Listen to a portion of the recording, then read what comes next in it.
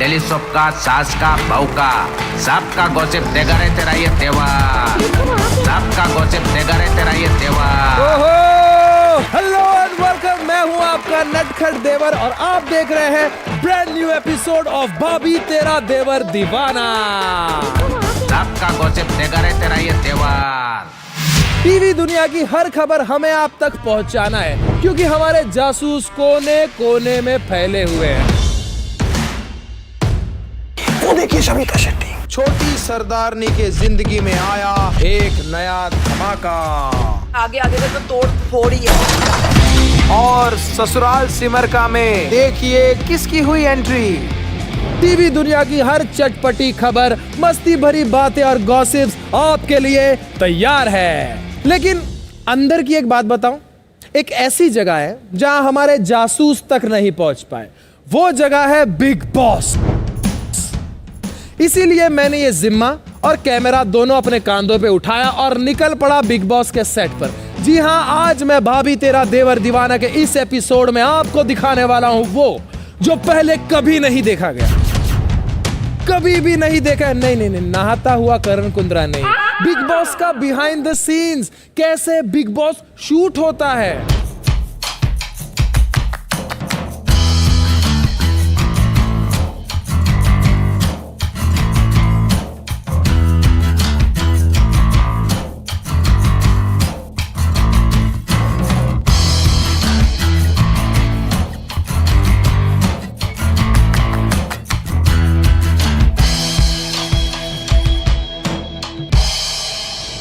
तीन चार घंटे टाइम पास करने के बाद फाइनली मुझे मौका मिल गया कि मैं आपको बता दूं कि आखिरकार बिग बॉस में चल क्या रहा है। राकेश और नेहा भसीन की वाइल्ड कार्ड एंट्री हुई धांसू। तो शमिता के क्यों निकल रहे हैं आंसू? किस किस के बीच हो रही है लड़ाई? तो किसने टास्क को लेकर है आफत मचा? कौन हो रहा है इस हफ्ते नॉमिनेट और कौन होने वाला है एलिमिनेट? इन सब बातों का जवाब एक्सक्लूसिवली लेकर आया है आपका ये नटखट देवर, सिर्फ और सिर्फ भाभी तेरा देवर दीवाना के इस एपिसोड में। ये मैं किसी तुम्बाड़ के सेट पे नहीं हूँ जहाँ पे कोई हॉरर फिल्म की शूटिंग नहीं हो रही। ये है बिग बॉस की कैमरा गली। वो कैमरा गली जहाँ पर हम उन्हें देख सकते हैं लेकिन वो हमें नहीं देख सकते। जी हाँ, हम यहाँ पर पूरा का पूरा बिग बॉस का घर देखेंगे बिना उन्हें पता चले। यानी कि एकदम नेचुरल बिहेवियर में हम इनको दिखाएंगे। आई विश आज मेरे साथ कोई छोटा बच्चा होता तो मैं उसे जू की तरह दिखाता। वो देखो शमिता शेट्टी, वो देखो बंदर, वो देखो कंगारू। इस तरह की फीलिंग आ रही है। लेकिन आज मुझे मौका मिला है बिग बॉस की कैमरा गली विजिट करने का, यानी कि बिग बॉस को बहुत ज्यादा करीब से आप लोगों को दिखाने का। तो आइए देखते हैं कि बिग बॉस की शूटिंग आखिर कैसे होती है। आइए। वो देखिए शमिता शेट्टी, वो देखो।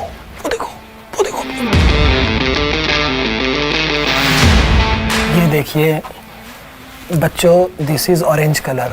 इतनी ज़्यादा ऑरेंज कलर की चड्डी इन्होंने पहनी हुई है। इस चड्डी को आप पानी में भिगो दें तो उसका एक शरबत बन सकता है, सीरियसली। और काफ़ी ज़्यादा छोटी चड्डी है ये मेरी नज़र में। ये देखो परफ्यूम लगा रहा है।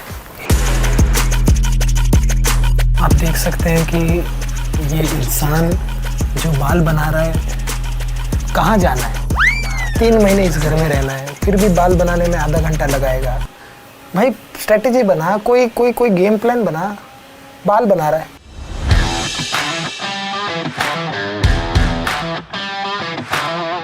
वहां पर करण कुंद्रा और अफसाना जिम कर रहे हैं। बहुत जरूरत है इनको जिम करने की। इन लड़कियों को बिग बॉस में आप देखो ना, इतना काम कर रही होती है। घर पे उन्होंने एक कपड़ा तय नहीं किया होगा जिंदगी में। मम्मियाँ बोल के थक गई होगी, बेटी कल शादी होनी है, कपड़े सही कर लो, कपड़े धोना सीख लो, कपड़े तय करना सीख लो, खाना बनाना सीख लो, तभी नहीं करेंगी। बिग बॉस के 3 महीने में इन लड़कियों ने इतने, ये देखो ऐसा लग रहा है पूरी बिल्डिंग के कपड़े धोने लेके आई है।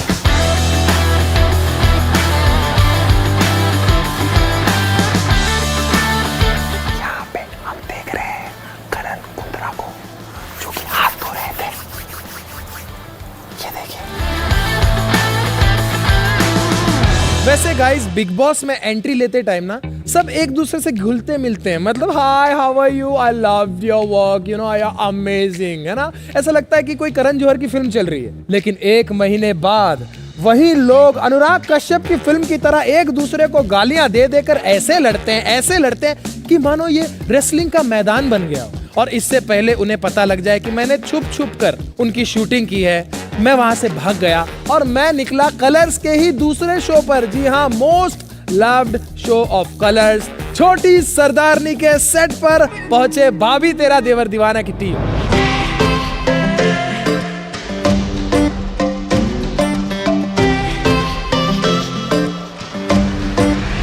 जी हाँ, छोटी सरदारनी में धमाकेदार वापस एंट्री कर दी है शहर की नानी ने, यानी कि कुलवंत कौर ने।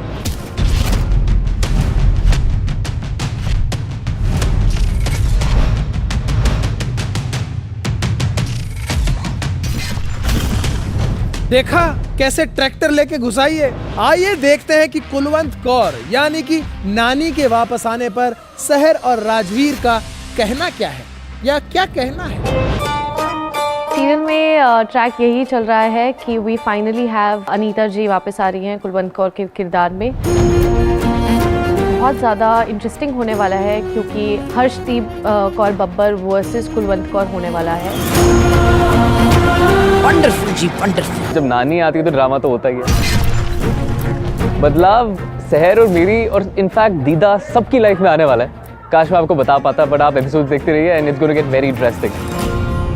कुलवंत कौर यानी कि नानी के वापस आने पर शहर और राजवीर का क्या कहना है ये तो हमने जान लिया, लेकिन अब खुद नानी से ही जान लेते हैं कि वो इस सीरियल में सीरियल वाइज क्यों धमाके कर रही है। आई मीन ऐसा ट्रैक्टर लेके कौन घुसता है शूटिंग पे यार, दिस इज नॉट डन। आइए उन्हीं से जान लेते हैं। जब कुलवंत कौर आ गई है तो तोड़ना फोड़ना ही, आपने देखा कैसे मैंने ये बब्बर मैंशन तोड़ के मैं अंदर आ गई हूँ। तो देखो फिर आगे क्या होता है। इंसान के बहुत रंग होते हैं लेकिन इंसान होता है छुपा हुआ। मैं आई हूँ उस छुपे रुस्तम को बाहर निकालने। हाउ स्वीट यार, कितनी प्यारी है ना। वैसे कुलवंत कौर जैसी मेरी भी एक नानी थी। बचपन में जब भी मैं उनके पर्स से पैसे निकाल कर दुकान से कुछ लेने चला जाता था, वो भी ऐसी ही धमाकेदार एंट्री लेती थी और मेरे पटाखे बजा देती थी। लेकिन नानी को छोड़ते हैं और छोटी सरदारनी की आन बान शान और जान शहर से बात करते हैं, जिनके चर्चे देश के छोटे बड़े शहर में तो है ही है, लेकिन मेरे शहर में थोड़े ज्यादा है। तो आइए शहर से ही जान लेते हैं कि सीरियल में उनका और राजीव का प्यार कितना परवान चढ़ रहा है। अगर लव एस्पेक्ट की बात करी जाए और राजवीर और शहर की बात करी जाए तो बहुत इंटरेस्टिंग और हो रहा है क्योंकि फाइनली दोनों में प्यार जागृत हो रहा है। So, the love words are finally feeling it and जल्द ही प्रपोजल होने वाला है। राजदीप का बर्थडे चल रहा है, so a lot of nice twists and turns are on their way. I love her। नहीं मतलब शहर कितनी प्यारी है ना यार। मैं तो उसकी चर्चा हर शहर में करना चाहता हूँ, बस अपने घर में नहीं कर सकता क्योंकि मेरे घर में शहर नहीं, मेरे घर में एक जिला रहता है, वो है मेरी बीवी भारती। और उसके होते हुए किसी और लड़की का नाम अगर मैं घर पे लूँ तो वो जो जिला है वो गॉड जिला बन जाती है।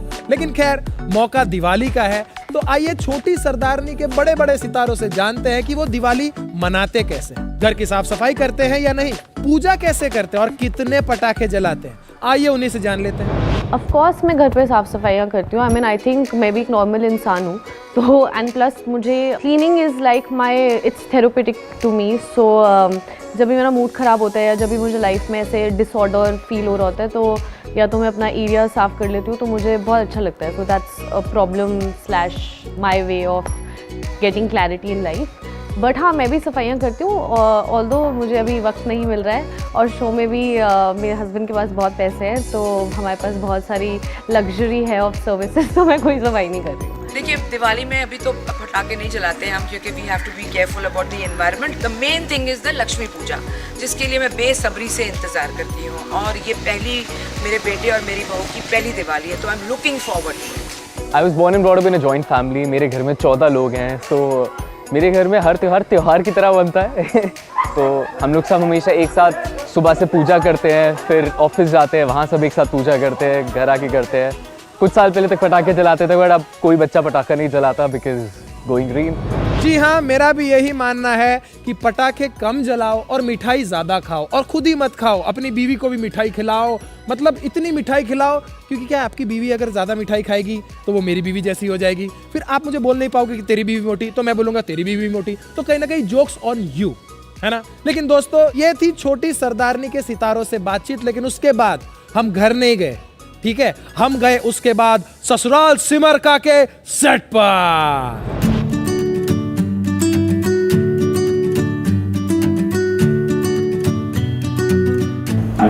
आपकी आंखों में नींद नहीं आएगी तो मैं कैसे सो पाऊंगी आर्यन?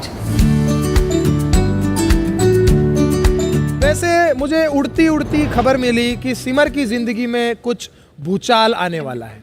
उसकी जिंदगी में किसी और की एंट्री होने वाली है। कौन है ये?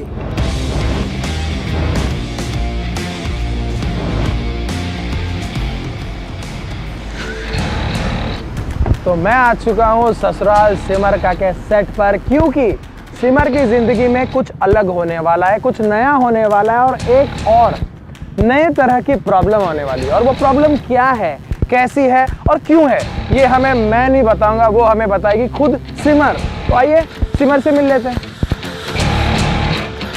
सनसनीखेज खुलासा हो चुका है कि इतनी उदास है, कि इतनी बोरिंग बुक पढ़ रही है, कि स्ट्रेटेजी बुक मैनेजमेंट, ये क्या होता है?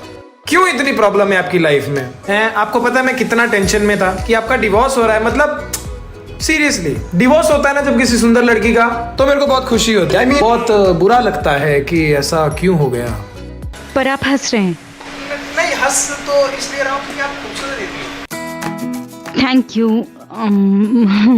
वैसे सुना है आपका डिवोर्स, सॉरी मेरे को मतलब मेरा वो मतलब नहीं है कि मैं आपको ऑफेंड करूं। डिवोर्स कैसे हुआ? जैसे होता है सबका डिवोर्स, और उसमें सबका नहीं होता बहन, सबका नहीं होता। लोग बहुत कोशिश करते हैं। जिनका होता है वो ऐसे नहीं होते हैं।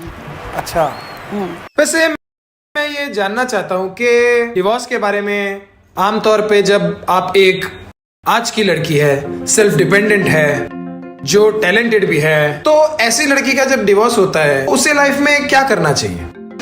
उससे मूव ऑन करना चाहिए, बीती बातों को सोचना नहीं चाहिए, बिल्कुल भी नहीं सोचना चाहिए, और आगे अपने गोल्स की तरफ बढ़ना चाहिए।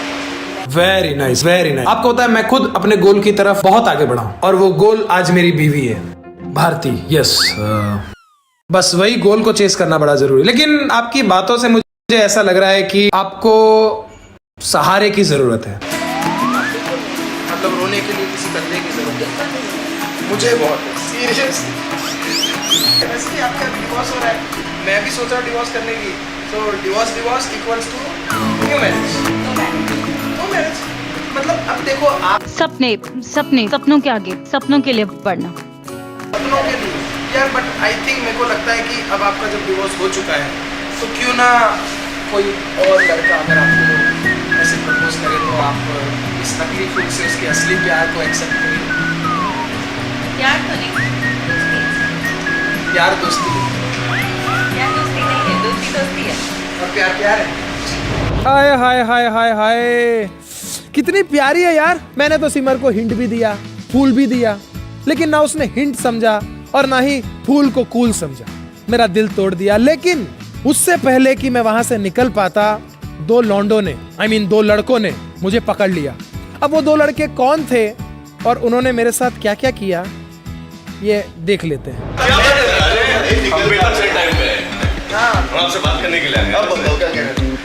कुछ नहीं, बस महंगाई बढ़ गई है, गर्मी बहुत हो रही है, पोल्यूशन बढ़ गया है, यही सारी बातें। लड़कों से और बातें क्या करें? अब वो ना फूल में कांटे होते हैं, तो इसको जरा साइड में रख दीजिए। नहीं, मुंह तो निकल रहा ना, देखो नहीं निकल रहा यार, नहीं निकल रहा। ओके, ठीक है। वैसे जो सिमर के साथ मेरी बात हुई है, आई एम श्योर आप दोनों उसी से थोड़ा सा प्रॉब्लम से आए हैं, क्योंकि आपने देखो आपने तो डिवोर्स दे दिया, तो आप तो एकदम आउट हो, ठीक है। रही बात आपकी और मेरी, तो आप हट जाओ, मैं शादी कर लेता हूँ उससे, मैं अपना डिवोर्स कर लूंगा, क्योंकि देखो उसका भी डिवोर्स हो चुका है, मैं भी डिवोर्स कर लूंगा। तो कहीं ना कहीं हमारा प्यार, आई थिंक सिमर की जिंदगी में एक नया टर्निंग पॉइंट मैं हो सकता हूँ। देखो ना भाई, टर्निंग पॉइंट के साथ टर्न होकर निकल जाओ, मैं आ गया, मैं बैठूंगा, निकल जाओ टर्निंग। वैसे एक बात बताइए, आपने सिमर को डिवोर्स कब दिया? मैंने सिमर को डिवोर्स दिया बस कुछ दिन पहले। तो ये मैं क्या बोल रहा हूँ, आपने जो शादी की थी वो 1 महीने वाली जो शादी थी, करेक्ट, वो 3 महीने तो आजकल सेकेंड हैंड स्मार्टफोन में भी वारंटी मिल जाती है, तो वो 3 महीने क्यों नहीं? वो एक्चुअली फैक्ट्स आपके थोड़े गलत हैं। 6 महीने हमारे चले थे, 1 महीना। अच्छा।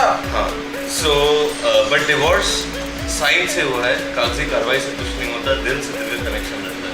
वही मेरा कनेक्शन जुड़ गया आज से। हाँ, नहीं जब आप सिमर से बात डायरेक्शन के लिए मैं बैठा हूं, मैं लिखने लगाऊं, गाने गाऊंगा, कंपोज करूंगा ना, उसके लिए करूंगा ना, एल्बम बना रहा हूं मैं। हाँ, एल्बम बना रहे हैं, खुशी के लिए क्या करना पड़ता है। आप सोचो, उन्होंने मांगा कि मुझे म्यूजिक एल्बम बनाना है, ओके, तो मैंने सिमर को भेजा।